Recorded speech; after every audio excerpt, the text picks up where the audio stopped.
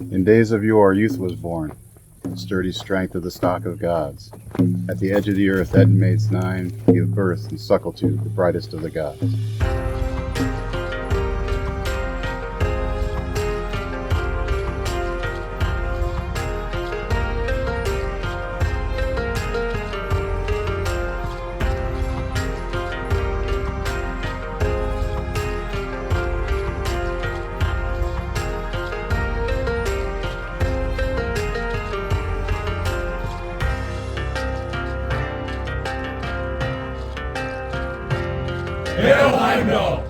This bloat has ended. Thank you all.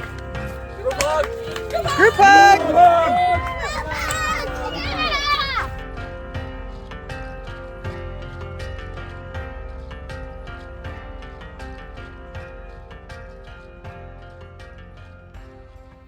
Hey everybody, welcome back to the Northwoods Kindred podcast. I'm Bodvarr, the chieftain and Gothi of the Northwoods Kindred. And I'm Skogul, Gydia of the Northwoods. See, it's that easy. All right, today we're going to talk about essentially just a year of our celebrations. Some of our celebrations are UPG. Of course, we all know, if you've done any real research, that there's really only like three major celebrations a year. You know, the Sigurd's Blot, Winter Nights, and then Yule. And but we like to celebrate every month. We like to have a bloat every month, or most every month. And we find reasons to celebrate. We either incorporate other pagan traditions into our celebrations, or we make that shit up. Well, we can make that shit up too, yeah. So, but we really do like to have fun with it, because, like, I know a lot of people, they come from a Christian sort of a place. You know, a lot of us as pagans started in a Christian place, and in that, there's not a lot of fun with it. So I noticed a lot of heathens are telling us, like, how fucking dare you have fun when you like, how dare you have fun when you honor the gods? It's like, what the hell are you talking about? Of course we're going to have fun. Like, that's the whole point. So there is a sect of heathens who take this shit really seriously. Like, not that we don't take it seriously, but I mean like Catholic serious. Like, there is no fun, there is no happiness, there is no joy. You will damn do everything by the numbers because that's the way it was done in the old day. That's ridiculous. You know, like, I'm not judging you if that's how you do it. If that's what calls to you, then do it that way. But that doesn't call to us. We got to have some fun. We got to have some stuff to keep us motivated and keep us trying. So we're just going to go through the 12 months of the year and just talk about the celebrations that we have and why we orchestrate them.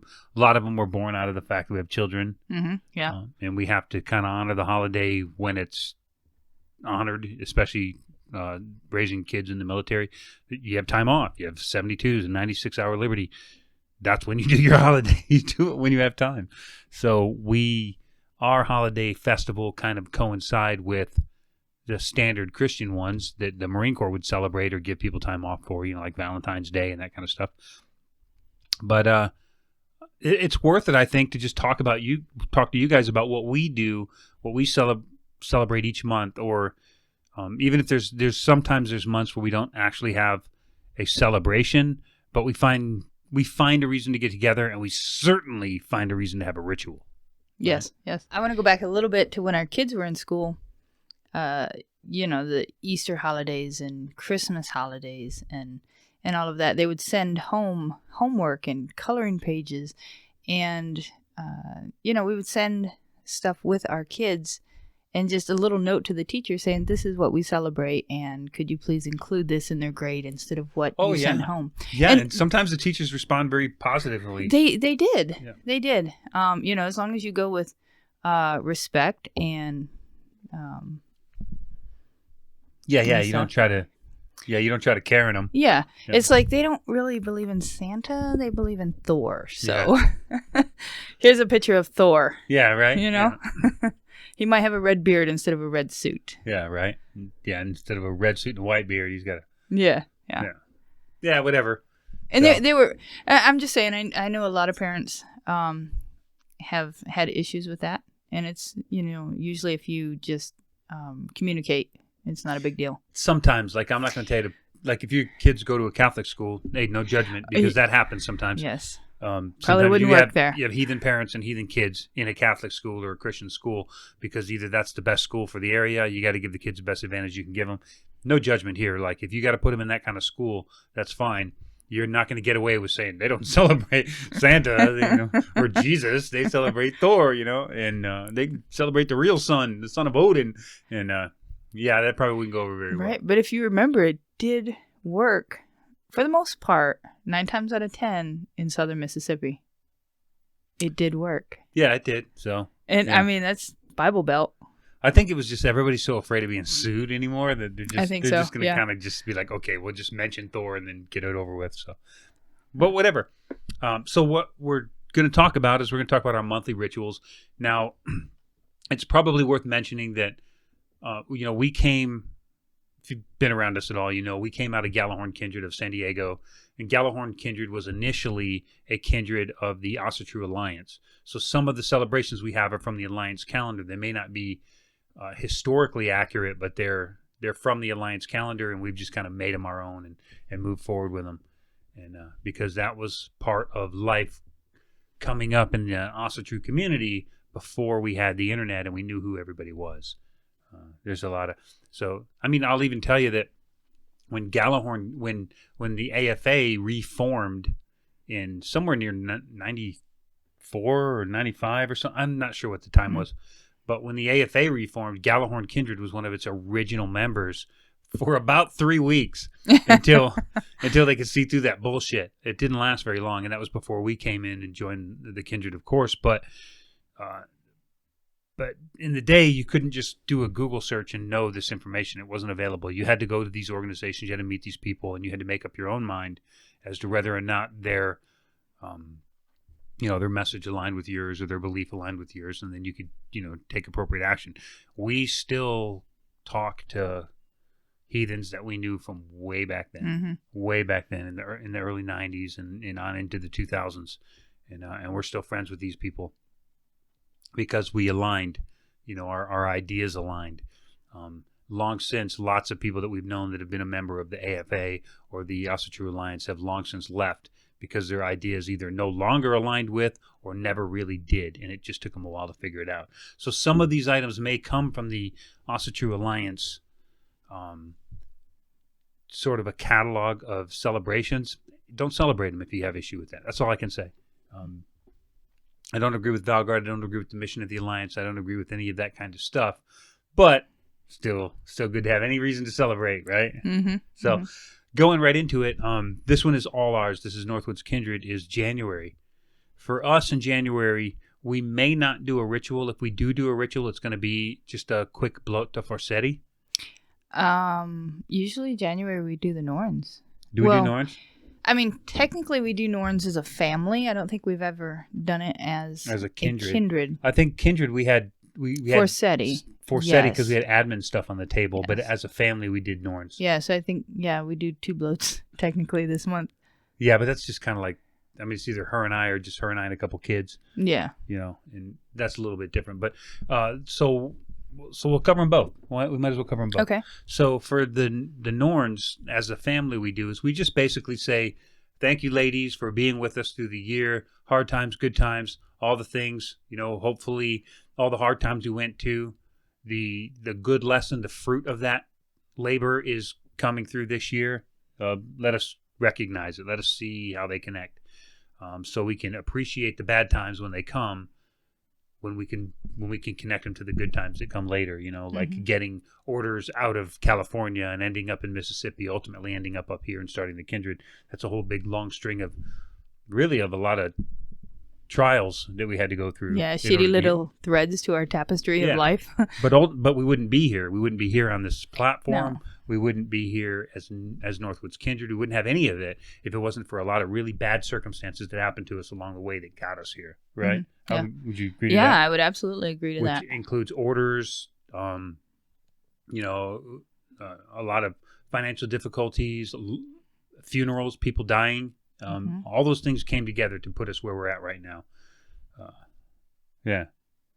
So that's kind of the Norn bloat. Is just as a family, it's like, thank you. Just please don't let the lesson be lost on us. Like I hate to learn a lesson twice. Mm-hmm.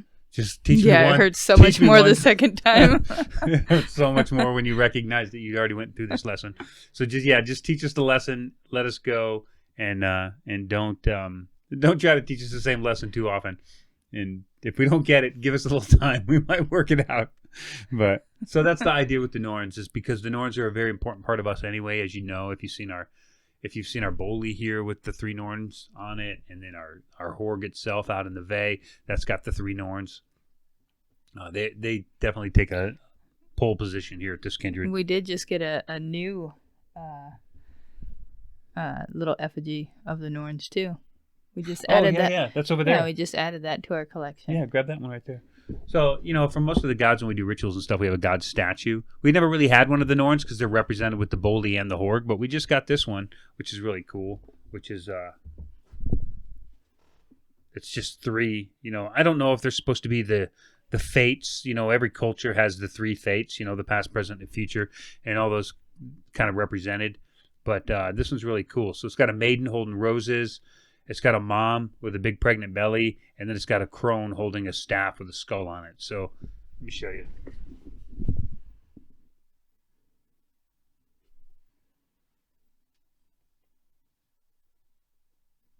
I have to say I'm entering the crone stage, and I'm pretty happy with that.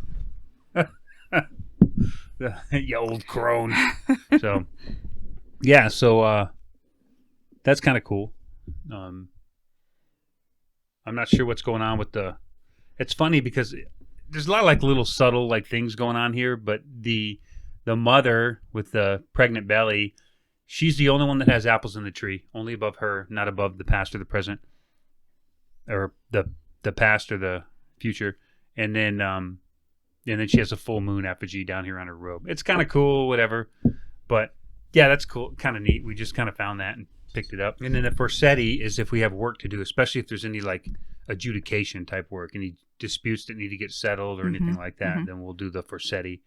Forsetti is supposed to be like the judge who sits in the seat for conflicts between the gods. And he's supposed to be able to settle all disputes to the delight of both parties. So what more could you hope for if you have a dispute in your kindred, is that you settle the dispute to the delight of both parties.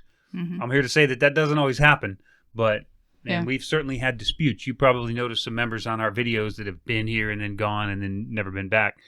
We're not beyond conflicts of personality either. But January, Forsetti helps us through some of that. Well, even if we don't have to settle any disputes, we do deal with a lot of paperwork and trying to do legal matters and trying to get a little bit more established. Yeah, I think that's less about the ritual and that's more about the gathering. So yes, but I think it certainly helps to invite him to the weekend. Because yes, we invite him to bloat, but we always throw out the invitation to stick around for the whole thing, and I think for the most part, most of them do. Yeah, there's definitely little nuances that happen that that they're kind of paying attention. Well, I think probably should give them the anatomy of a gathering anyway. I mean, for us, our gatherings, they start generally on Friday evening when everybody gets out of work. They boogie down here. And Friday evening, usually we just throw together a dinner and we have our kindred meeting. Just generally. Yes. And we usually get together. We'll swear an oath. You've probably seen that a dozen times. At least if you haven't, go to our TikTok. You'll see that. We'll swear a quick oath of frith for the meeting that expires at the end of the meeting. So if you got beef, you can settle your beef after the meeting, but nothing during the meeting. Frith takes paramount. So we do the meeting, and then it's just kinship the rest of the night. Maybe we'll get in the hot tub. Maybe we'll go sit around the campfire and drum or sing. We play euchre a lot. We play euchre a lot. Sometimes we'll study or do rune work. But it's not always on point, on task. Sometimes we're just goofing off and enjoying each other's company. We don't always have a study session, and we don't always have a ritual, and we don't always have these things. Well, because there's so much to learn and just talk to each other about, because it's been a whole month since we've all seen each other, and there's all these little things, these little victories and challenges that everybody went through. So Yeah, because some of us live hundreds of miles apart and we come together. So as far as eyes on, we only really see each other if we're helping each other. Like if somebody's moving or has some work to do and we go help them. But even then, it's just like get the work done and get on with your life. We just show up to get the work done, and then. But this is the one weekend that everybody has that we can just goof off and we can drink a little and we can have fun and we don't have to worry about obligations. And it's not like I got to be out of here by 6 a.m. because I got work the next day. None of that shit. Everybody takes the weekend off, and I understand that that's a luxury that we have, that we can schedule around it. Yeah. It's not wasted on us. We understand that that's a huge luxury, and that's not going to be the case with everybody forever. But for now, that's the structure. Friday night is quick meeting, kinship. Whatever kinship looks like, whether that's study or games or whatever, right? Yes. And then we crash wherever, like up here in the office, down in the living room. If it's nice and it's summer, we'll generally throw up some tents or sleep out under the stars. Out in the Bay, we'll drink some mead, whatever. So that's always fun. That's Friday night. And Saturday morning always goes with breakfast. Yes. And then... Usually a really good breakfast, too, like meat and eggs. But we're not making it. Like, kinsmen come with the stuff. They do the work. If you remember, like the first year, we used to put all of our efforts into cooking and the breakfast and dinners, and they didn't like that. They like cooking. Yeah. They like to just play the game, and they bring food too. So we coordinate some of this stuff ahead of time, but that's kind of beyond the scope of this particular narration. So breakfast. So breakfast. Usually it's a pretty good breakfast, pretty substantial. And then immediately after breakfast is any work that has to get done. Whether we got to chop wood or we got to do decorations in the Bay or we got to restring the maypole or anything that we're doing depending on the gathering, that's going to happen on Saturday morning. And if we have guests, we've gone through different little iterations with how we invite and deal with our guests, but I think we're keeping our guests to Saturday this year, just as the Saturday gathering this year. They show up sometime in the afternoon and they leave that evening, and that's it. Because it was... entertaining guests was starting to take too much away from our kinship. Yes, and it's such a different atmosphere when you have to host as opposed to just being kin. Yeah, and it's nothing against the guests. Like, they're excited, everything's new, and they probably have never been to a bloat before, probably never even seen a feast blessing or any of these things. So it's fun to show them that, but it's kind of overwhelming. And you could tell if they do the whole from Friday to Sunday morning, they're just like, oh, this is too much. Yeah. Well, and, also, too, that we seem to fall behind a lot. We're always running behind. Yeah, we do. Because we just come up with this new idea, and it's like, oh, hey, what do you guys think about this? And it's like, yeah, let's do that. Yeah. And so we're always somehow running behind. And then when you have to entertain guests, and you're trying to catch up. Because we're always doing new things, new fun things too. Like if somebody's got a cool idea and it sounds fun, it doesn't have to be ancient. It doesn't have to be historic. If it's fun, that's the point. We're going to have fun with it, right? Because our religion isn't contained between the front and back binder of a book. It just doesn't fit that way. It doesn't fit the narrations of history. Like who's to say, honestly, who's to say that our ancestors had it right? Maybe they were still just trying to figure it out. And if we start duplicating everything they did as if it was gospel, who's to say they had it right, Even those that did things the same way, we already know that everybody did everything differently anyway. But we're allowed to make it our own, I think. And that's what we do. All right, so we have guests. So we're gonna stop doing guests until just certain time periods between Saturday. Yeah, just on Saturday, I think. So once we get all the work done, then it's ritual. Well, then it's usually snack time. We do like our snacks. Well, snacks are kind of ongoing, but ritual, I try to do ritual between noon to 1 is when we do bloat. Yes. Now, I've seen some groups online and some other channels and stuff on YouTube, and they do a lot of night stuff. For one, we don't do night stuff because we can't record it. And for two, there's really no value in it. Like, why would you do it at night? I think that majority, if you would have actually, this is just me speaking just from reading a bunch of books and having some kind of an idea on how this works. If you were to attend a bloat or, a ritual like in a township or a county or a district back in the day, 1066, end of the Viking Age, or Okay. somewhere in the middle of the Viking Age. If you were to attend one of those rituals, my guess would be that ritual would happen really super early in the morning. If not, if it happened late, it'd be in the evening during light the previous day. Because you Yes. have to process the animal for food. Yes. You can't just kill 6 ox and then hang them in the trees. Like you gotta break those things down and put them on the fire and cook them. And there's a lot of work that has to be done right there. You can't do that at 10 o'clock at night and expect to feed everybody. And there's, yeah, of course. And there's a lot of party time. Like, you don't want to start the party at like midnight. Yeah. When everyone's burned out, you want to start early. I mean, there's a lot of hooting and hollering. And back then, I imagine there was a whole bunch of fornicating. Yeah. Now, I mean, maybe there's some passage somewhere that I missed that says that these always happen at night, or these always happen at a certain time of the day, or when the sun is in the 5th house of McLeod, or whatever. I don't, whatever all that stuff is. There might be some, if there is, put it down. Like, tell me in the comments. Be like, yeah, they always did it this time, and here's the reference. But show your damn work, because I'm just going to ignore it. If you just tell me what I want to know, that doesn't help me. Like, I need a reference. I need to be able to find it somewhere. So, show your work. All right. So we do ritual about noon, 1 o'clock. Noon to we 1, do yeah. hold it off if we need to. Mm-hmm. If we've got, there's a bunch of reasons to hold it up, but we don't got to go into the details there. And then after ritual, we usually have feast. I think we use snacks after ritual. We don't generally go Is it directly into snacks? feast. Well, sometimes we do snacks before and sometimes after, depending on sometimes if we're holding. And sometimes there's a craft too. Yes. The craft is important too. Yes. We can't not do the craft. But we usually don't feast until 5, 6 o'clock in the evening, and then maybe stumble after that, and then after that we go into drumming or Whatever the event was, breath work or yeah. Yeah. So Saturday is usually a or really, euchre. really, really busy day. Yeah, Saturday. You and I are exhausted by the end of it. Yeah, and then we crash out. Everybody crashes out. Sometimes it's in the yard. Sometimes kinsmen sleep in tents, and we sleep up here in our bedroom. Which is like, I'm not dealing with it. I'm not setting up a tent. I've been working all day. I'm just going to my bed. Yes. So everybody understands. It's not like, you slept in the house when we slept in your yard. You're an ass. None of that. Like, it's just not that kind of a world that we're running in here. If we think about it soon enough, we all really like sleeping around the Vey. I think that's my favorite place to sleep. I like sleeping in the Vey too. The ground's uneven though, so maybe I'll get out there and get it leveled out a little bit more this year. Yeah. Okay, so back to January. No. So the structure. Yes. Friday, everybody arrives. We have a dinner, snack, and games.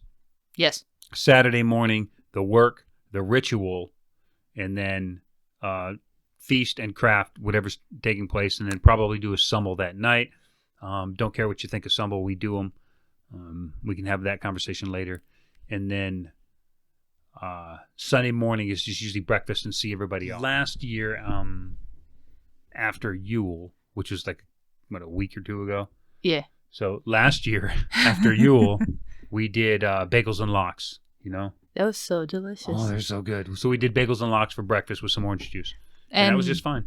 And, just kind of want to throw it out there that the bagels and the cream cheese were that was from our son, one of our children. Yeah. Our children now are adults. They're pretty much adults, yeah. So if they come to a gathering, they need to bring, even though they live here still, if they come to a gathering, they have to bring a contribution because they're a part of the kindred, and kindred's members contribute. So even our children contribute something. They may not put much effort into it. They may be like, hey, Mom, can you pick up a pack of bagels when you're at the store? Yeah. Yeah, something like that. But yeah, of course. But yeah, they have to contribute. And then if they bring a guest, they have to contribute a little bit more. For their Because guests, there's 2 mouths to feed, and usually they're fed all weekend long. Because if we didn't make them do that, if we didn't have them contribute as part of the kindred, then they would feel separate from it. They would feel like they're the children and we're the adults. But they're all adult children, right? Mm-hmm. So we don't treat them like children. We treat them like adults, and they have the same responsibility and the same requirements as any full member of the kindred. Even our children that aren't technically voting members yet, they're learning how to be, and you learn how to be by being a contributing member of the kindred, right? Yes. So that's all part of that too. So yeah, so that last one was actually paid for by young son. Yes. Edgel. And that's the nuts and bolts of a gathering. I just kind of wanted to rehash it while we push forward. And so we talked about January. January, we generally will blow up the Forsetti. We'll do a family bloat to the Norns, and January is all just admin meetings. So this year we'll be talking about just legal paperwork, maybe the structure, which way we want to go with the Kindred. Maybe guys have some ideas in the Kindred about some documents they want me to write or some research they want me to do. It's a lot easier for me if I'm trying to read the mind of the community. If those guys are like, I'd really like to know about how to do this. Oh, okay, easy. Let me do some research and I'll do a little video on it. Well, I do know that our kinsmen are planning on making a list of things that they would like to build this year. For craft stuff? Yeah. Yes, not just craft stuff, but like big stuff. Like. Oh, yeah, because we need a wood shed, we need a sauna, we need to build a longhouse eventually. We have the wood for it. I have a sawmill. Like, it's all good. Like, we got everything we need except the labor and the plans. Yeah, and I think it's just us that are holding them back, because all we have to do is call and be like, hey, guys, we're building the sauna. And they're like, we'll be out there. Well, because that happened last year, because last year's big project, the biggest project we had, I think, on the homestead was to fence. We got about 8 1/4 acres here. Yeah. Fencing's not cheap. And it's a lot of work, sinking wooden poles, pickets, all that kind of stuff. How many poles did we actually end up doing? It was like... I didn't count them. I don't remember. I think we bought 250. I bought like 250, but I don't think I used them all. But I have pastures and I have other things to cut out for the sheep and stuff later. But it took a lot. Yeah, but I have some leftover. Yeah. I have some leftover fencing and some leftover T-posts and wooden posts and stuff like that. Not only did we do the fencing, but you had to cut trees and you had to run a string line. And we had kinsmen coming out. One had like a whole week off of leave. Yeah. And he came out. The Gothi of the Iron Ravens Kindred came by, and he took a whole week of leave to come out here and help me clear the trail, cut trees, set posts, and do that kind of thing. Like, that was huge. That was a lot of work. Yeah. So. And then the rest of the kinsmen, they showed up. I know, like Yafanhar had stuff on the weekend, but he came Thursday and Friday, like after work. So it was really great that they all came together. And it was a bonus, too, that I could make myself available when they were available. Yes. Because if I only had, like, these particular days off and I wasn't available, it's like, I'd love to have you come help, but we don't need your help because I can't get those days off, That would be tough, but it was nice that I could get time off. And so everybody, like, Stig came over from Montana, and he spent 2 days out here driving posts. Yeah, him and Edgel. They had a great time. Yeah, so they did a lot of work. There's no way I would have got all those posts in without them. And then after all that was done, I went and built the corner bracers. And then her and I, every day after work, we just ran a line of fence. And then Sasha, if you remember, she burned all the wooden poles. I do remember that. Yeah, she burned, a couple dozen wooden poles to set. Yeah, because I would cut down the trees and peel them, and then she would torch them. But so I don't understand why are we on this topic? Well, we just we talked about our kinsmen making a list at our admin meeting about things that they want to build. Right. Yeah, and so last summer we built the fence. So all we have to do is say, "Hey, kinsmen, we're going to build a sauna," and like they're just going to show up. Yeah, they're going to show up, and then. But the idea is, I got to have the plans. I got to be ready. I got to have some idea what we're doing, or. Yeah. Okay. So are we done with January? Yeah, January. So January administrative meeting, we just talk about random stuff. And wow, that took like a whole half hour to get. We should probably go faster, but we had some other things. We make it into 2. I don't think we're going to need to do that. We just needed to make sure that we established what a gathering looks like and how we operate. So going into February, what do we do in February? Do we do anything, or we just sleep it off? February, we actually have 2 bloats again. We do a Disa bloat on Friday. Okay. And there's no guests that come to that. And then we do charming of the plow. And yeah. Okay, so let's walk through that. Okay. Just like January, there's no guests either. We don't have any guests. We don't entertain anybody because it's all just business and paperwork. And then maybe if we're lucky, we'll get a bloat and a stumble in for SETI and then a stumble. Yes. But the January it's not ritual heavy. It's more paperwork It's just heavy. work. It's just let's just establish what we're going to do for the year, and let's get all on the same page. Yes. In February, we have 2 rituals. The one ritual on Friday would be generally right before the meeting. Yes, it's before dark. Usually late in the evening because our kinsmen don't get here until later. So it is definitely darker, but it's not night. But it may drift into the twilight hours and into night a little bit. Yes. It may not live in the light of the day because of just from what it is. Like everybody has to get here. So we're not afraid to do rituals after dark. It's just that we try not to. So we're going to do a Disa bloat and we're going to honor our female ancestors. Yes, and something we incorporated in last year that I absolutely loved and I want to do it again this year is the offering and burning of flowers. Yeah, so what we did was each person had something to say and they had a flower and each person would say what they have to say, and instead of taking a drink or whatever, they would say what they have to say and put a flower. Of course, we still did the mead anyway, but the meanie, but they would put the flower on the fire. And we got that idea because previously we did Feast of the Einhard in November, and we read a poem and we burned that. Yes. So we just carried that idea forward. Yes, I think it was carried forward, kind of a toss between that one and then the first Disa bloat, or, well, not the first Disa bloat, but what was it, 2021 Disa bloat, where we had just a small vase of flowers. Right. And that was offered as a whole vase, whereas and we just left it sitting out there on the stump, right? Yes, and we blessed it with a little mead, and this time we actually passed out flowers. So the mead was a sacrifice, but so too was the flowers. Like there's some monetary sacrifice there. Yeah, and what lady doesn't love flowers, Right. So we also didn't we have some chocolate? We had. Yeah, I'm sure we had something like that. Yeah, I think we had some chocolate on the Horgan side. Right. So, yeah, so we have that. That's our Disa, which I guess in some records they show the Disa bloat happening in like November or October, right? Yeah, I think it's November. Yeah. I think the only thing that you can find that's going to be consistent is that it's consistently inconsistent and that everybody did it at a different time, whatever time it was appropriate to honor your ancestors. So we honor the Disas there with flowers and chocolate and all that kind of stuff, which is you can kind of see just kind of tippy-toeing into that whole Valentine's Day thing. Yes. Now, one thing that's on on the Alliance calendar is Vali. So you'll see this a lot, especially like on TikTok. You'll see like the Feast of Vali on Valentine's Day, which is the most ridiculous bullshit I've ever heard. The only thing that Vali has in common with Valentine's is the V in the name. And that is it. That was like the most academic research that went into this whole bullshit idea of honoring Vali on Valentine's Day. If you got a better idea, like I'm not trying to put you down, like put it down in the comments or contact me because I would love to know. If it makes sense, it makes sense. But there is nothing about Vali that makes sense to any of this shit, except maybe the fact that he might have carried a bow like Cupid. That's the only connection to any of it. A V in the name and a bow and arrow.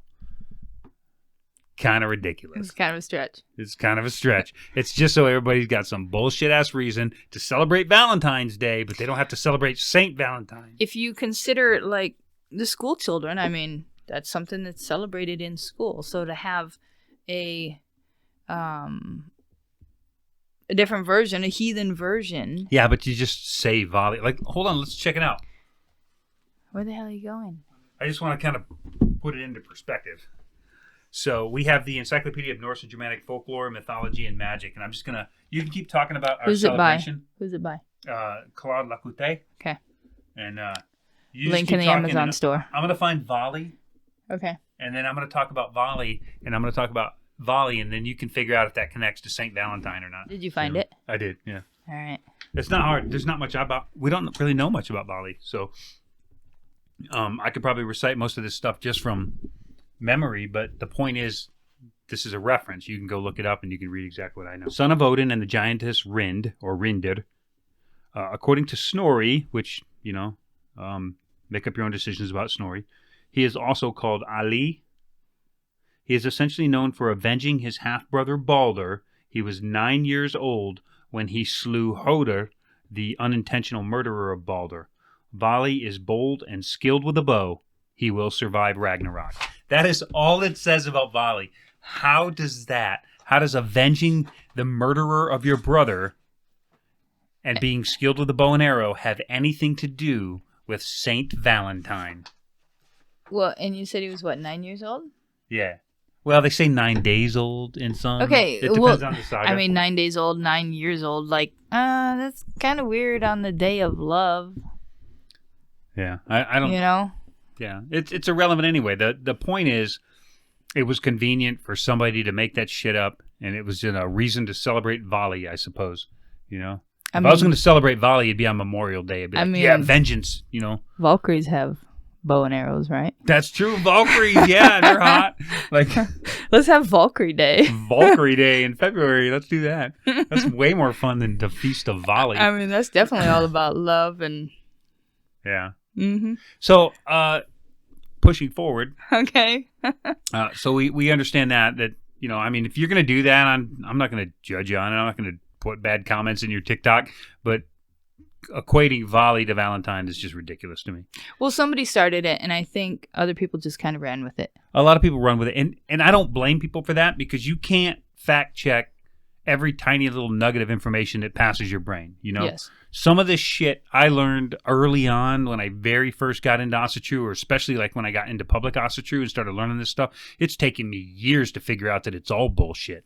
That some of this stuff's bullshit. Sometimes I get called out online and they're like, "Oh, that's all bullshit," and I was like, "Let me look it up. Let me check my work before I come back at this asshole." I'm like, "Oh man, he's right. It is all bullshit." So, what do? You know, you just learn, and you take some things at face value, and you trust some people, and then you push forward, and some of that stuff doesn't quite pan out the way that they told you it did. That's just the facts of the game, right? But there's no harm, no foul. Right? I don't think the God's going to get mad because we celebrated them on the wrong month, right? I don't think they care about that. Yeah.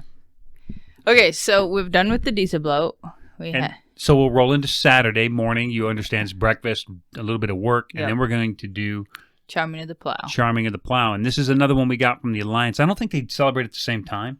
I think they push it to some other time frame, but it's something that we did, and we really, really enjoy it, and it feels like we get a lot out of it, so we're keeping it. And the idea behind it is that this is the month where you bless your farming implements, because spring is on the way. The thaw is going to happen real quick, and you don't want to waste the time to bless implements after the thaw has happened. You want to start pulling dirt, right? Right. And start planting seeds, because you got a limited window to do this. So you want to get the festival out of the way beforehand. That was the idea that was sold to me. I've still never found any real references to it. But it doesn't mean we don't want to practice it. If you got a reference to an actual Charming of the Plow festival, then certainly we'd love to hear about it. But we're probably not going to change our way very much. Yeah, right? Probably not. Unless we know of like something specific that they did. Like, you know, if they had a specific sweet cake they buried and stuff, which we do. We do that. We do that. So we'll get into that in just a second. So we do Charming of the Plow, and the idea is that you bless the items that sustain you through the year. So we no longer charm a plow because we're not farmers. Now, I mean, I got land. I could farm. I could grow a garden. But we're really not going to live off of that garden. It's more just like a token, like, oh, yeah, we can grow, you know. I can't grow anything. We can grow vegetables and, you know, whatever. You know, and we have sheep, but we're not sheep herders, you know. So we live a little bit of that life, but that's not our livelihood. So our livelihood is going to be, what are the things that bring you money? What are the things that make you who you are? So we have, you know, journeyman plumbers and mechanics and carpenters and all these other people, and they'll bring the tools of their trade, or at least a token of that. Maybe a socket wrench and a guitar and a plumber's pipe, you know? Yes. And a chainsaw, things that move the needle for them. And we bless them, and we bless them to the gods, and we ask them, hey, you know, please, I think usually we do a fray bloat on this one, right? Ooh, I don't remember. I think we do a fray bloat. Do you want me to check the book? No, you don't got to check it. It's a fray bloat. Okay. We do a bloat to fray for prosperity. I know usually when you're blessing the items, you usually bless them with Whalen the Smith. To some of them. No, I don't. Well, I might have done like an item or two if it had to do with that kind of work. But no, okay, maybe I'm mistaken. Yeah, you'd have to look at it. You have to see the instant replay for that one. But I would think. What are we, sportscasters now? Yeah. Let's go to replay. I'm totally gonna put it right there. Are you? Yeah. Cool. That'd be cool. Anyway, I think it is Frey because it is all about It's all agriculture. It's all about prosperity. Yeah. Yes, and beginning that stage. I'm pretty sure that we always do this. We always do this one to Frey. We also do winter nights to Frey usually too. So. No, winter nights is to Odin. Agree to disagree. Winter nights is usually to Odin. Sometimes. I think we did Frey this year though. Did we? I don't remember. If I'm wearing my headgear and I have an antler in my hand, it's to Frey. Oh, okay. Maybe you're right. Caw. We honor who we honor. We're not bound by the rules or the history or the lore. Yeah. We honor who we honor for the reasons that we honor them. Yeah, you know? yeah. And I think this year, I don't recall exactly what it was, but Frey was very front and center and needed to be honored at our October festival. Yeah, which right. I think is pretty traditional anyway. You're right. So, but anyway, back to Charming of the Plow. Charming of the Plow is generally Frey because we want him to enrich the soil or use our tools to help us get ahead in life and get some prosperity, right? Yes, and we offer mead. And something else we offer is Kennenbuller, which you and I actually start on Friday. That's a big process. Yeah, because Kennenbuller. We make double the Kennenbuller so we can eat half of them, which is Swedish cinnamon cakes. Mm-hmm. And they're not like a slimy ass cinnamon roll with frosting on top like you would get at Cinnabon or anything like that. It's actually quite dry as a cinnamon roll. Yes. Until you heat it up and put some butter on it, and then it's just like this amazing like taste sensation. Yeah, and then we get the Swedish pearled sugar. Pearled sugar, yeah. So there's cost into that. Yeah, but it's a Swedish recipe, Kennenbuller, so you can look it up. It's going to be on the thing somewhere. If they join our Patreon, it's one of the recipes. Because I remember reading somewhere that the planting festival, that they had. In addition to, they'd pull the first trough to plant, and they would plant some seeds, but they would also plant like sweet cakes and stuff that they represented prosperity through the year. And I'd love to show my work, but I don't recall where I read that. But and that's kind of the thing. It's like I don't always document where I get these things, but most of them came out of some little nugget of history or so anyway, Kennenbuller is what we.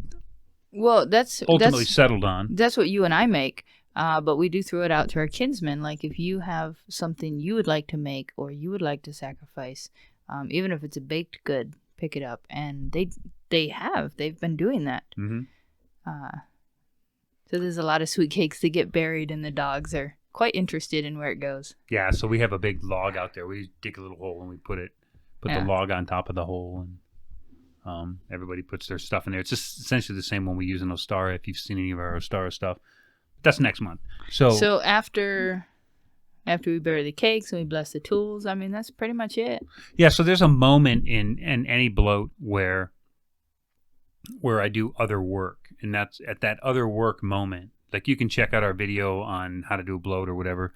At that other work moment, that's when we'll go through and we'll bless the actual ritual or the livelihood tools that they brought, and we'll bury the Kennenbuller, and then we'll go back in and we'll do any other business that has to be done, whether it's a naming or whatever just comes up that month, Mm-hmm. My kinsmen don't tell me if it's something like pretty routine, like a naming or a Asavatni or that they need a tool blessed or something strange like that. They don't generally tell me. They just like surprise me at bloat. I prefer it that way. I like that they keep me on my toes. You're really good at that too. Like it doesn't matter. Yeah, that's all off the top of my head. Like most of the time I don't, like an Asavatni I know because I have to plan, I have to bring some stuff out. But for most everything else, it's just like, hey, will you bless my keys to my new truck? Well, certainly I will. So. Yeah, there's only been one or two moments where I've seen your eyes get like big, like, oh. Ooh, I have to think of something real quick. And then you're on it. You're on it. Well, all I'm doing is I'm trying to connect. If you see my eyes go poof, all I'm trying to do is connect that object to a deity, Yeah. Like I'm just saying it's very impressive. Or not even a deity, but some sort of a supernatural creature, because I don't believe that they're all deities. I don't believe in worshiping Fenrir or Jormungandr, But there are occasions where that might be useful to know their names and their traits. You know what I mean? Yes. So like when my kinsman asked me to bless his new truck, of course I did that in the name of Sleipnir, the greatest of all steeds, right? But I wouldn't bloat to Sleipnir, but I've certainly blessed in his name. See, and they give don't- him an offering, right? They don't know that yet because the video's not out. Oh yeah. Well, you'll see it. Video whatever, when coming it comes up. soon. Yeah. And I probably did Sleipnir. That would make sense to me. Yeah, but- you did Sleipnir, and obviously you invited Odin, No, yeah. and I think Goldtrap too. Yes.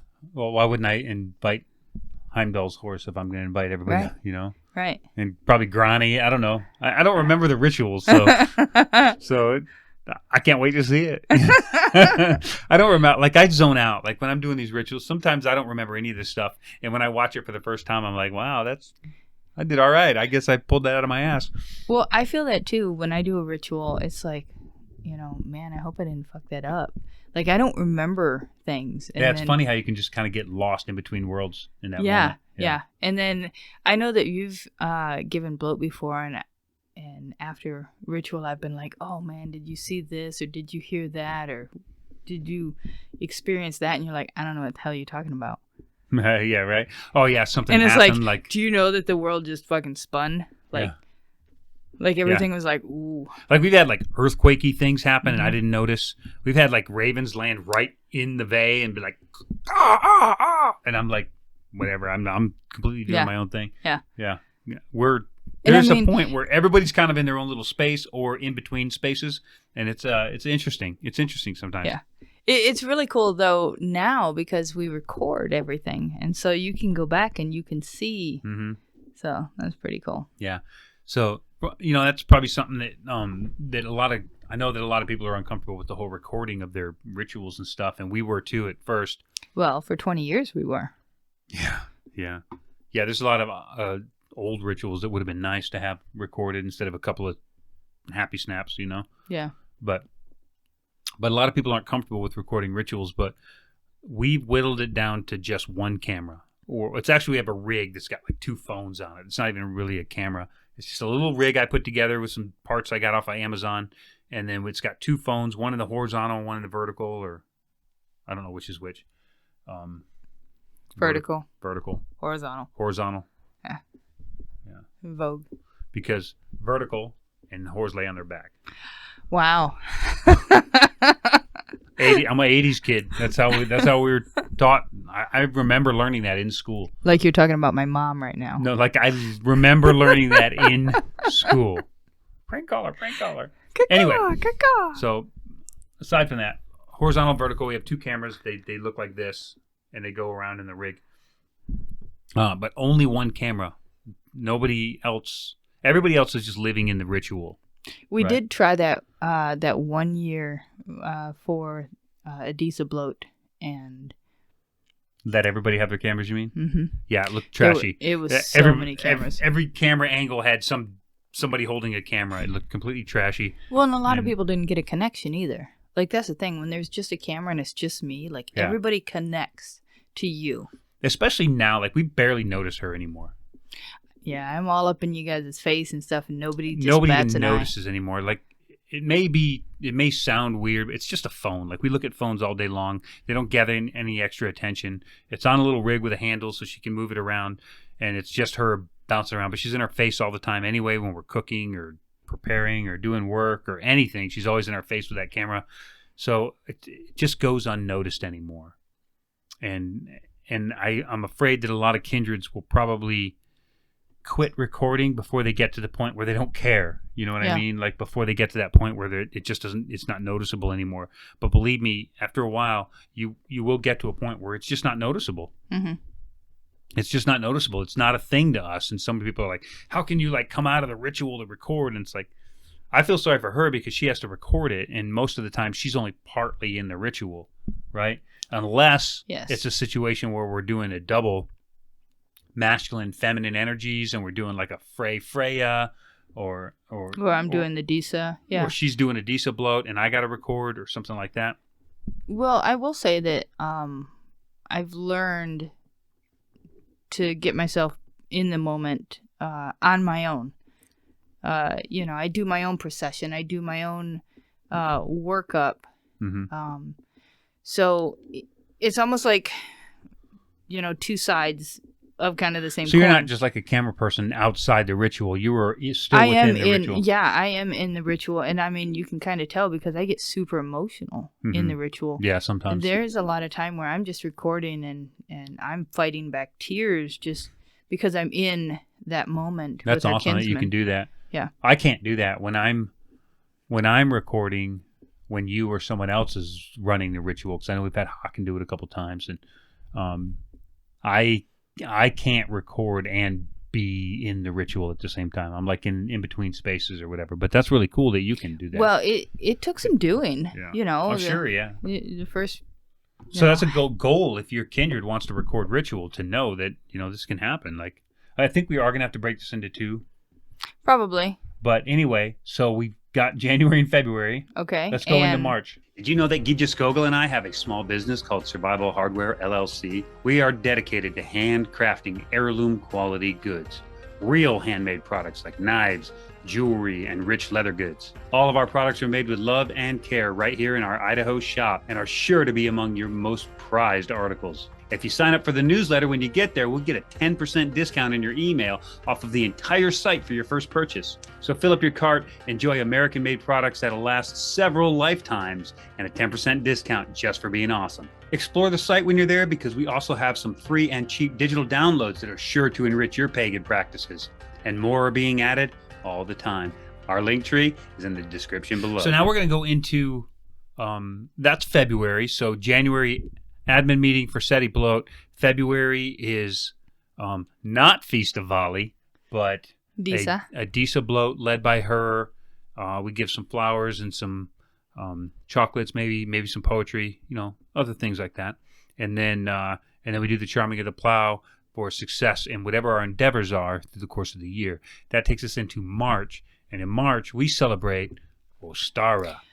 Well, I mean, I think we'd have to kind of do March, April, because it all depends on how much snow we have on the ground, whether Ostara is in April or is in March. You're right. And it does, we do kind of do those together anyway, We'll do, because our Ostara celebration is separate from a bloat. We don't actually bloat to the goddess Ostara or Ostar. I understand she's a Germanic goddess, maybe not of the Norse pantheon.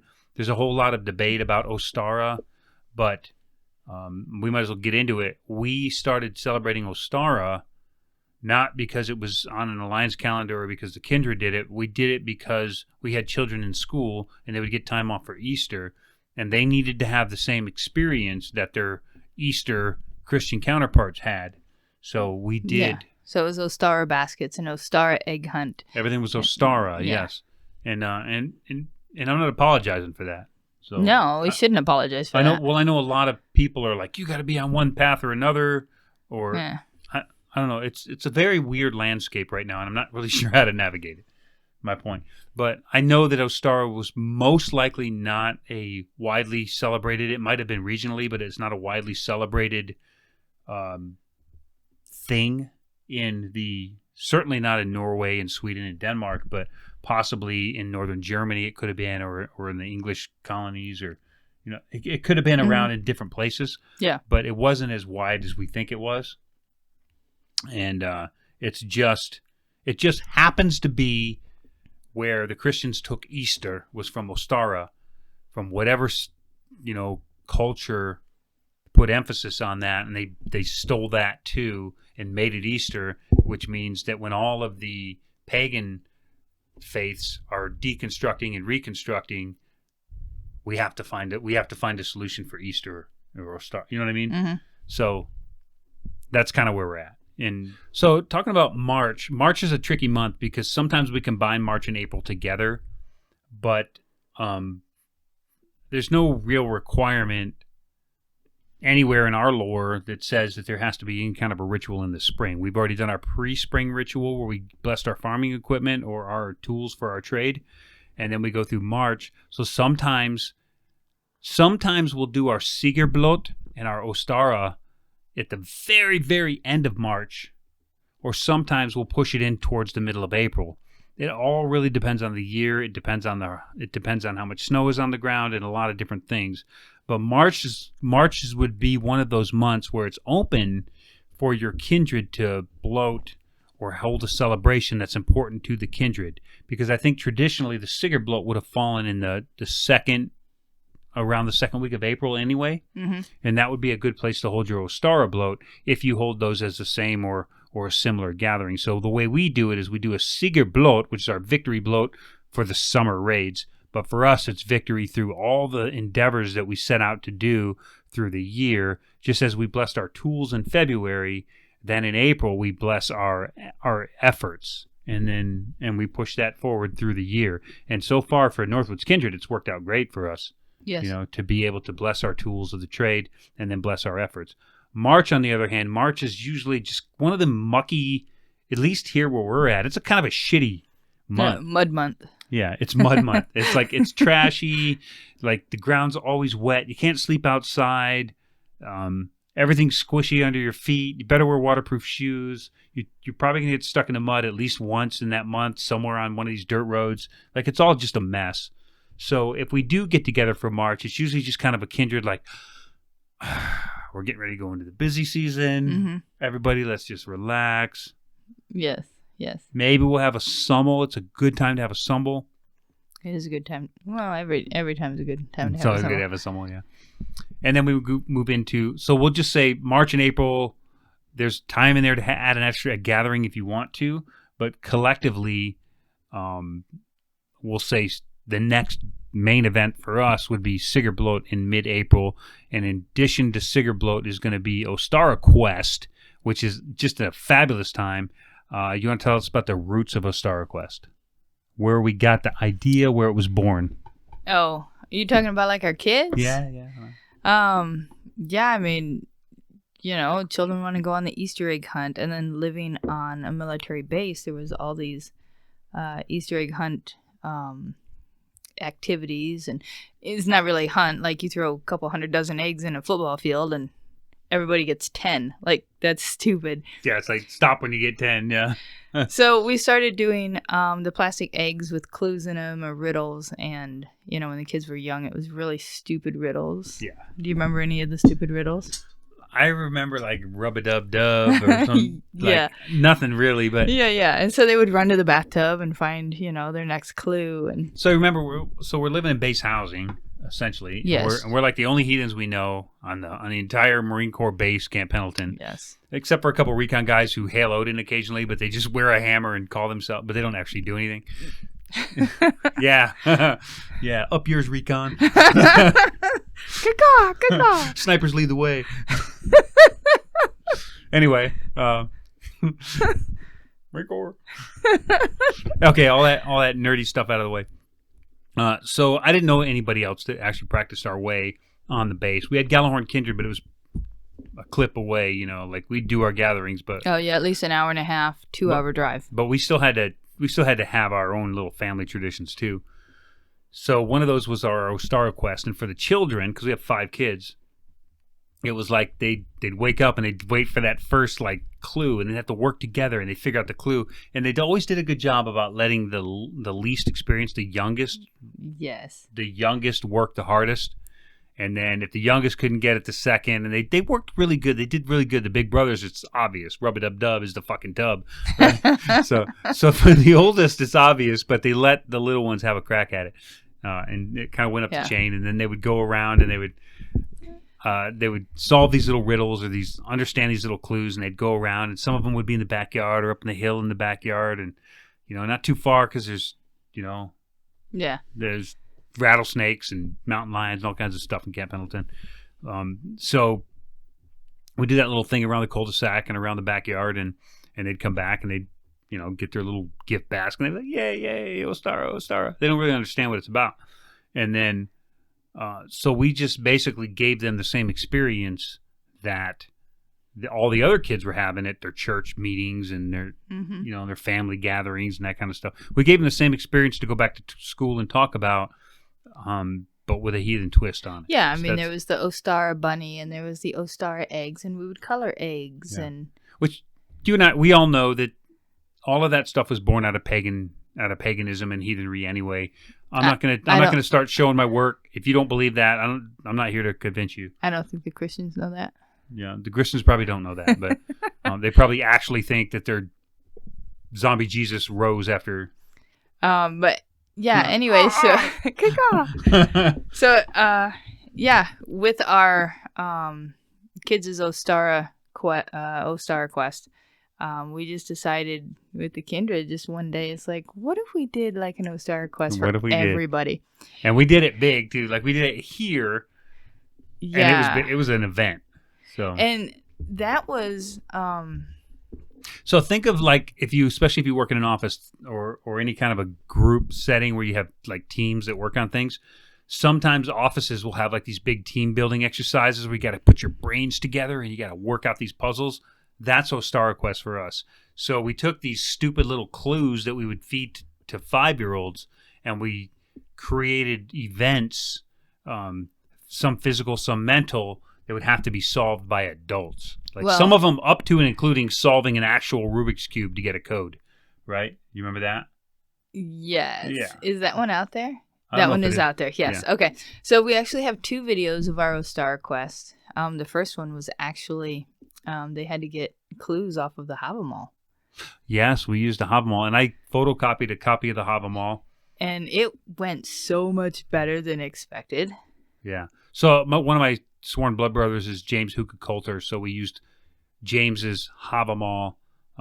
It's one of my favorites because it's the only one that I know of that's translated by somebody who actually follows it. You know, not like Bellows or Bray or Thorpe or Crawford or they don't actually follow the Havamal. They're not actual pagans or heathens, but Hooker Coulter's version is actually translated by someone who actually follows it, yes, which makes a difference to me. Yeah. So we made copies of that one for everybody, and they would reference the Havamal, but each clue came with a handful of change.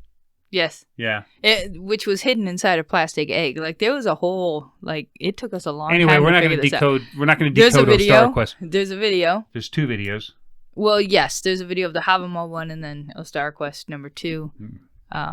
But it was a great time, and I will say that in the first Ostara Quest, they had no idea that at the end there was this giant Ostara basket. Yeah, Ostara basket. Yeah, that was which was like Iduna themed, so everything was like apple themed. So we had for the kids there were some apple juices and apple ciders, and for the adults there were some hard apple ciders. Yes, yes, and we're pretty good at this. I just want to throw that out there. Like lots of like meat and cheeses and stuff. It was a really good basket. Like it's fun. We're pretty good at this. Yeah, Ostara Quest was a lot of fun. So it's not a traditional gathering. It's not anything that you're going to find in the lore. But man, does it build kinship. Like people remember these types of events and these types of fun thing. Like there's no rules against that. If there's a rule against having fun while honoring the gods, I have not seen it. Like show your work. Like show me where that's at. So something else we do is we color Ostara eggs. We usually color those on Friday when our kinsmen show up because they like coloring eggs too. And not to flex, but we have chickens and sheep and all that kind of stuff. So those eggs are already, they come pre-colored anyway. They're browns and blues and greens. Anyway, they like to color eggs too. And then we use those in our Sigurblot. We actually have that whole basket and we have all these pretty colored eggs and Sharpies. And then during the Sigurblot, we do 3 runes, which sets our intentions for the year. And I just set this board up. It's like very basic, like 1-word definitions of the runes, because I know not everybody understands them at the same level. Our kinsmen are getting better at it, but we always got guests. Usually at Ostara, there's guests. And children. So I don't want to explain everything, but there's basic runes, and they write 3 runes that signify what they want to get out of this next year, and they get to plant those seeds of prosperity, which is the egg, a raw egg, not a hard-boiled. Raw eggs. Into the ground, and then we'll put dirt on it, we'll crush it down, and you'll probably see a lot of like pictures of the Kindred with all of our hands put in a circle with dirt on them. Yeah, that's usually when we put the dirt on the hole, so that picture comes from that specific gathering, from planting our seeds of prosperity at Ostara Quest, which are those eggs with the runes on them. Yeah. Yeah. See, obviously none of this stuff's you're not going to find this stuff in any of them books. No, you're not. But there's nothing wrong with doing this kind of stuff because this is a heathen life right here. And the thing is, like, these are things that, I mean, our children are participating in all these, and our kinsmen and their children, and this is just going to expand in their lives. Like, our children are going to do this with our grandchildren. Mm-hmm. And our great, so that dirt picture, like, that's the thing. That's just the thing now. Yeah, and there'll be pictures of that for the next 40 years. What comes after Ostara? May Day. May Day. So May's the next one, and it's iffy. It's kind of up in the air because sometimes we don't even do a gathering in May because two of us, myself and Stig, are usually during that time frame. We're usually on the Smith River in Montana. Oh, yeah, that's right. Yeah. So sometimes May doesn't even get a gathering at all. But we'll just push the May Day thing into June. And we have done, like, May polls on we used May Day. We used to do a May poll in June. Do we do it in May? No, we've done three a year. Yes, it's usually May Day. We didn't do it last year because we do one for our birthday. Yeah. But the year before we did, and that's where you and I did a... Well, May Day is usually midsummer. Yes. And that's or the where, May poll is on midsummer. That's where you and I did a dual bloat. We both led the bloat. May? Mm-hmm. We did a Freya, right? Mm-hmm. Yeah. Yeah, that was really cool. It was interesting. Definitely have some work to do. We have work to do on opening. I think the bloat went beautifully. The opening was a little bit like, what do we say? Whose turn is it? Well, we were, I think what tripped us up was we were trying to match each other's speech. At the same time. And that just didn't work. Like, we were trying to... Oh, yeah, I remember that. Yeah, we were trying to say it both at the same time. And there was no clue on when each of us was starting. It's like we didn't, like, squeeze each other's hand or something to start speaking. It was just like, blah. Yeah, that makes sense. Yeah.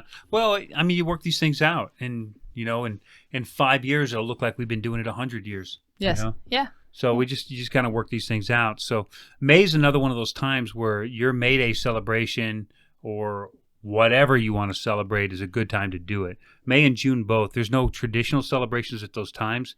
So far, the only thing we've talked about that was a traditional celebration was maybe Charming of the Plow, maybe Ostara in some regions, and then Sigurdblot in the Northlands, right? Yeah. Those are the only ones we've talked about so far that have some sort of a traditional basis. But we still gather every month, and we got to find something to celebrate, right? So, and then May for May Day, they got lots of rules on it, like it's supposed to be like the first full moon or some stuff. The problem is we're running on a 12-month calendar when they used to run on a 13-month calendar. So none of that shit adds up anymore, and we just do what we can do to have a celebration that month. So May Day's kind of up in the air, but we'll certainly do it. And we probably didn't cover it, but regardless of when the traditional celebration usually is, we try to hold ours on whatever weekend is nearest the 21st, right? Yes. We're just looking for moon phases. We're looking for solstices, because if we do it near the 21st, then at least the solstices line up, and the other days it's just convenient because we know it's the third week of the month. Sometimes that doesn't quite add up because the months don't quite dial in the way we like them to. But we try to do the third week of the month or the weekend nearest the 21st. Either it's just after or just before. And we usually do okay with that. But you guys, as a kindred, you can do whatever you want. We just try to make it easy and convenient enough where we can schedule. We're scheduling a year in advance sometimes. Yes. Yeah, and we do that at our admin meeting. Well, some of us do. And then it gets tweaked throughout the year. Which is next month, actually. Or next this week. Month. Next week. Next week. Yeah. So after May Day is June. We've done many different things in June. We've done craft gatherings. We've done kindred camp outs. I think June's a good craft gathering. It's also a great kindred camp out month. Mm-hmm. So we don't have an actual festival that we do. I think the last June we did was a camp out. We did a boulder bloat, right? And then, just kind of like, hey, it's midsummer, like it's the sun. Let's just enjoy this for what it is. Yeah. So June is usually pretty low key. Really low key, yeah. July. definitely a camp out. Almost always on June gathering, we sleep out under the stars. Yes. So And then we have July. July's a big one, but we're going to take that. We're going to push July to the next episode. Are we not? Are we ending it here? I think so. Like, we're over an hour. We should probably wrap it up, or we could easily go to 2.5 to 3 hours. Yeah. When we start talking about the rest of the year, because the next one's when we start getting into our birthday. Yeah. We start talking. Our birthday's huge. Yule. Winter nights, Yule. Those are all huge events for us. There's a couple of more months that are kind of like, do whatever you want. But we'll get to those. So if you pop back here next week, we're just going to talk about. Probably we're just going to keep rambling the same way we are, but we're going to pick up at July and push all the way forward through the end of December. And then you'll really understand, like, the videos that come out and the blogs or the vlogs and the documents we write are based on research that we do to get us through the next gathering or the next event, right? Yes. So you'll really get a good feeling for the way that Northwoods Kindred does stuff on the next video. And I want to say a lot of the stuff that we do is on our Patreon too, like our gathering reports. It's written out, all the little intricacies. They don't know what that is. We didn't actually talk about that. So the gathering report, I do being military, situation, mission, execution, admin, and logistics, command, and signals. So it's a 5-paragraph order that we use to give an order before we do any kind of a mission at all.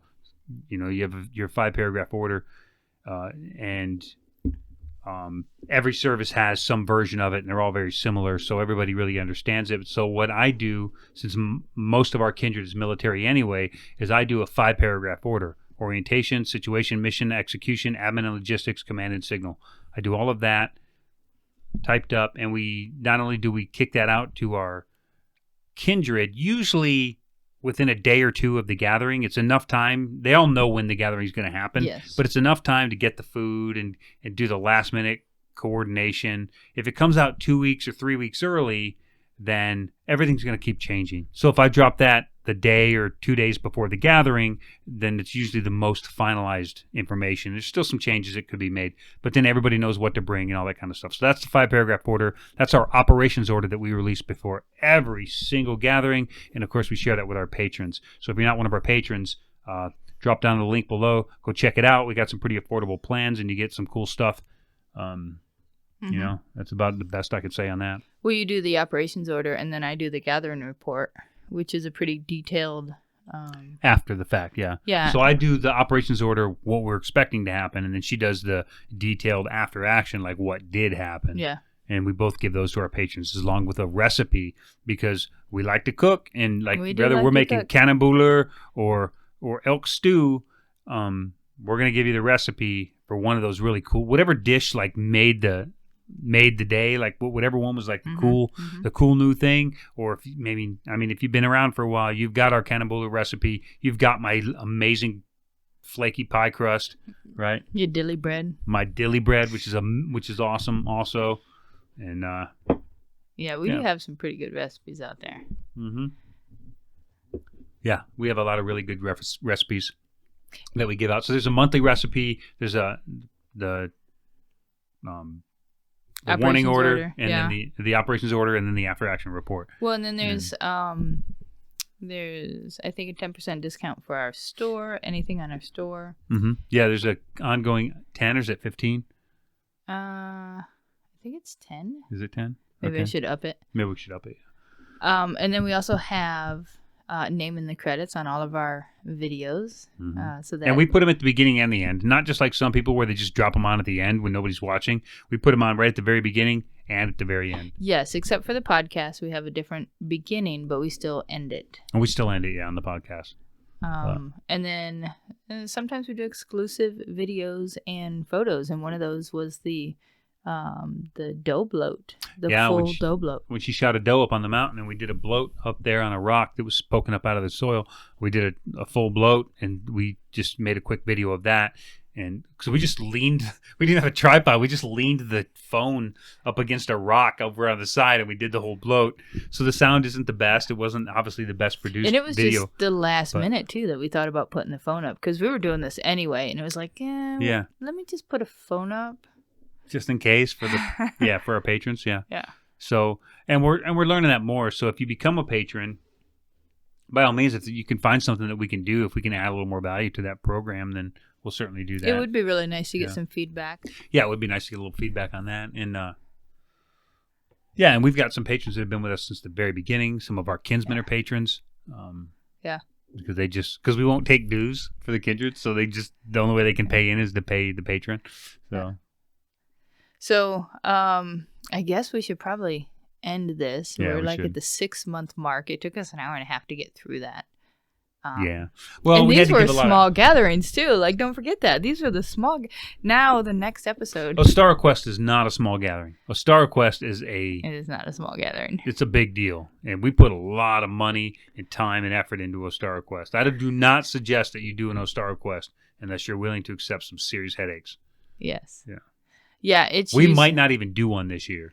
Yeah, it's usually weeks of preparation and planning and figuring out clues and different intricacies. And if they do this, we need this to happen. Riddles and chores and da-da, yeah. And then they all cheat. They cheat like a mother. Man, they cheat. And They find every little loophole that I couldn't think of, and they just crush it. So I think there should be a no cheating rule. Yeah, well, maybe. We'll figure that out later. Anyway, so next week we're going to come back and we're going to talk about July through December, which is really the exciting part of the year for us. And you'd think the summer months would be the greatest, but July begins our birthday party, and that really kicks off the rest of the year. Really sets the stage for us for the rest of the year, and it's pretty important. And this year we had, well, for June anyway. I know we talked about June a little bit. Yes. But this year for June, we did a Spokane festival. Mm-mm. That wasn't June? No. No, I think June we did the Heimdall bloat. Or, we didn't do a Heimdall bloat. We did Heimdall craft, and we were going to do a Heimdall bloat. Oh, yeah, June we made shields, didn't we? Yes. Yeah. Yeah. When did we do the Spokane thing? Was that in September? That was September. September. Another open month for, okay, well, we'll get to that next year then, for sure. Or next podcast. Yeah. Yeah. There's a lot to talk about next time. We're going to wrap it up because we're pushing an hour and a half. Maybe you think not. anybody's still listening? Oh, they're still here. This is awesome. We're fucking awesome. So, okay. So, in order to wrap it up, that was it. That was January through June. Next podcast, we're going to go July to December, and then we're going to pick it right back up on whatever the topic of the day is, whatever's important that people are looking for, right? I do have I see some, I'm just going to throw this out there now, that I am keeping an eye on like Discord and Facebook and TikTok and just writing down little things that we're going to talk about. Like, I'm going to pull your string.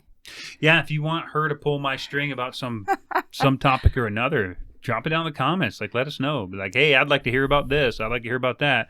Hey, did Vikings really do this thing? Hey, is this really real? Hey, was Harold Bluetooth really have blue teeth? Like, hit me up. Like, if you got a question, hit me up. And if we can talk about it for a podcast, I'll do the research. So, or not. Maybe I'll just get lazy and be like, no, I'm not going to do that one. Maybe I'll just catch you on the fly. Yeah, maybe you can do the research. You're funny. Prank caller. All right, wrap us up. Yeah. Okay, so I hope you enjoyed that. Catch us next week. We'll cover the other half of the year, at least how the Northwoods Kindred celebrates their party time. Because we're going to do it anyway, with or without anybody's approval. We are definitely the heathens that don't require anybody else's... We're unapologetic. Unapologetic, yeah. We don't require anyone else's